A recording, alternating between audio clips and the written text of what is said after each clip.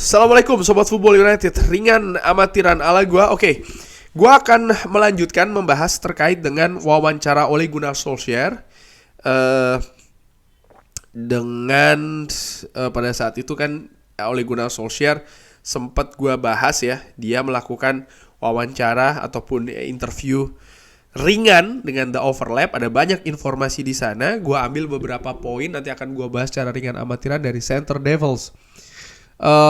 Ole Gunnar Solskjaer memberikan pernyataan ya terkait dengan para pemain dari Manchester United ini menolak untuk ditunjuk menjadi kapten. Tidak ada yang mengatakan tidak untuk menjadi kapten, tapi mereka tidak ingin menjadi kapten di beberapa pertandingan. Mereka tidak ingin mengatakannya kepada saya, jadi mereka mengatakannya kepada para pelatih lain untuk mengatakan kepada saya. Ya, ini sangat disayangkan. Wow. Bagaimana ternyata pemain itu menolak ternyata untuk bisa memberikan atau menjadi kapten. Dan menurut gue ini menunjukkan karakter dari pemain Manchester United itu sendiri. Ternyata mereka tidak cukup bernyali ya. Dan pada saat itu kan memang akhirnya yang menjadi adalah seorang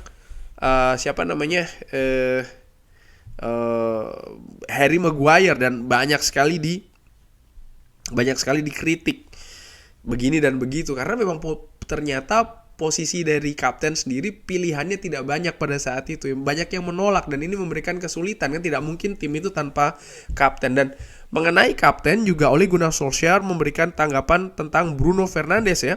Saya tahu Bruno ini memiliki kualitas kapten ketika saya masih menjadi manajer di Manchester United.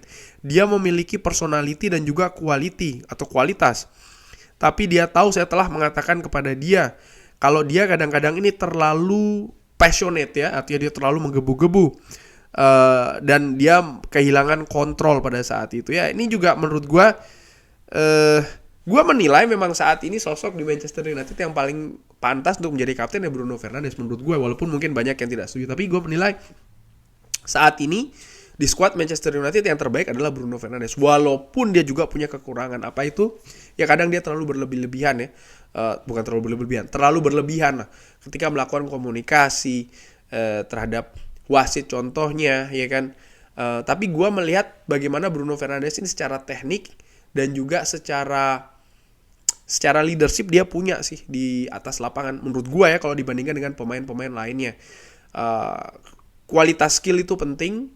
Bisa melakukannya dengan konsistensi yang tinggi itu juga penting. Dia menjadi salah satu pemain terbaik di Manchester United itu faktanya. Sehingga menurut gue ya Bruno Fernandes yang paling pantas saat ini menjadi kapten di Manchester United. Oke. Banyak pemain yang menolak untuk melakukan pre-match interview. Bruno Fernandes selalu melakukannya. Dia bernyali ya Bruno Fernandes ini. Maguire, Lindelof, McTominay, De Gea dan juga Luke Shaw. Mereka selalu melakukannya. Yang lain selalu khawatir terkait dengan pertanyaan-pertanyaan. Di sini bisa dilihat bagaimana Bruno, Maguire, Lindelof, McTominay, De Gea dan juga Luke Shaw, mereka secara karakter, secara mental mereka siap ketika mereka harus melakukan pre-match interview bersama dengan manajer. Di sini juga terlihat juga ya beberapa pemain yang memang memiliki karakter di Manchester United. Menurut gue tidak jauh-jauh dari nama itu tadi ya. Bruno, Maguire, Lindelof, McTominay, De Gea dan juga Luke Shaw. Dan kalau gue melihat perjalanan pemain-pemain tersebut di Manchester United juga rata-rata inilah pemain-pemain yang memang ingin berjuang untuk terus berada di atas lapangan. Paling tidak mereka harus menjadi starting line up. Dan ketika mereka tampil pun juga mereka berusaha untuk tampil sebaik-baiknya bagi Manchester United. Ole Gunnar Solskjaer memberikan tanggapan mengenai musim dia dipecat sebagai manajer Manchester United. Saya 100% yakin kalau ini akan selesai. Saya 100% yakin kita bisa finish di 4 besar Premier League kalau saya tetap tinggal di Manchester United.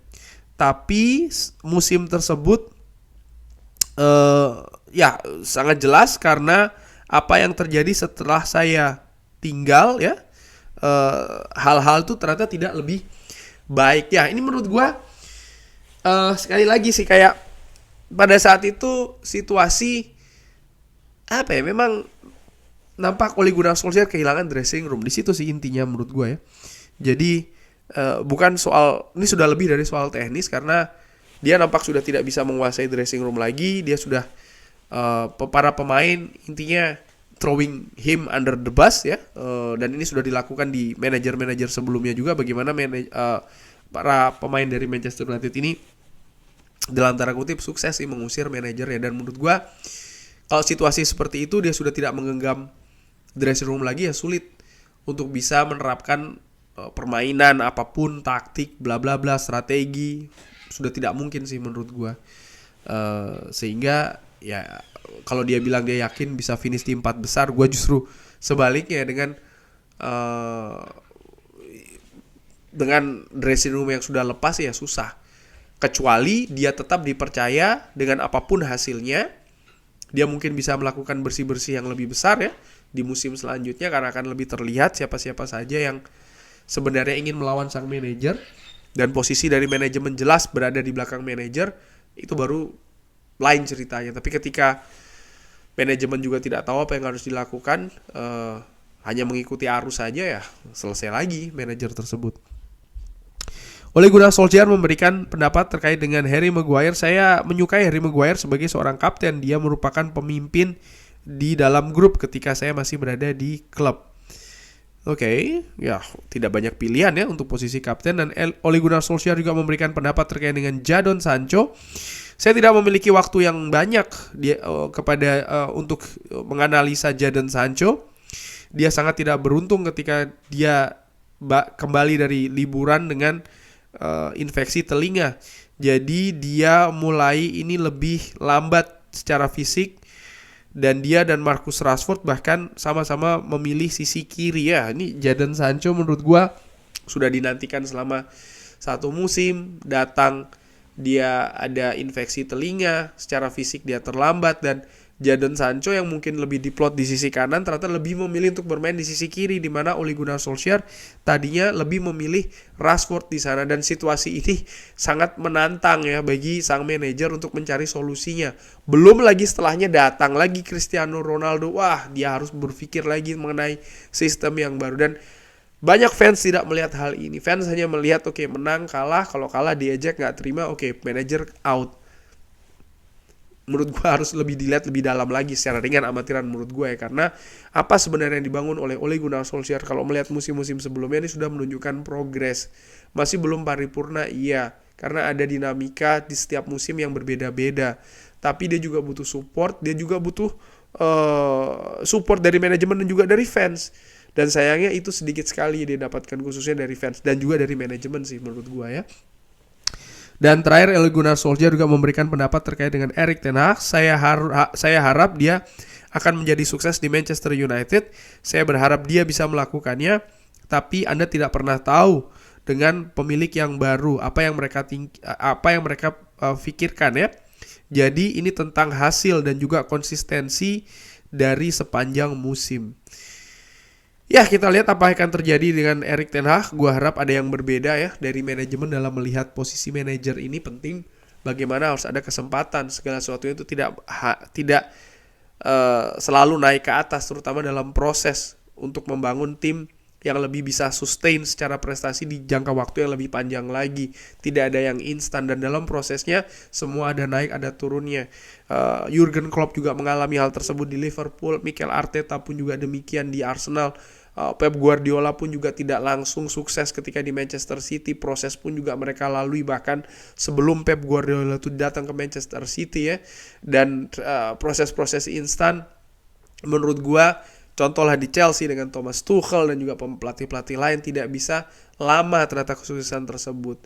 Sehingga bagaimana fondasi struktur yang solid dan juga rapi itu penting, dan ini juga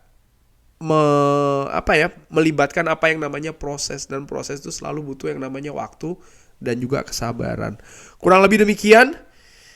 Bagaimana ada pendapat? Seperti biasa drop di kolom komen. Terima kasih sudah menyaksikan. Jangan lupa like, subscribe. Wassalamualaikum warahmatullahi wabarakatuh. Thank you.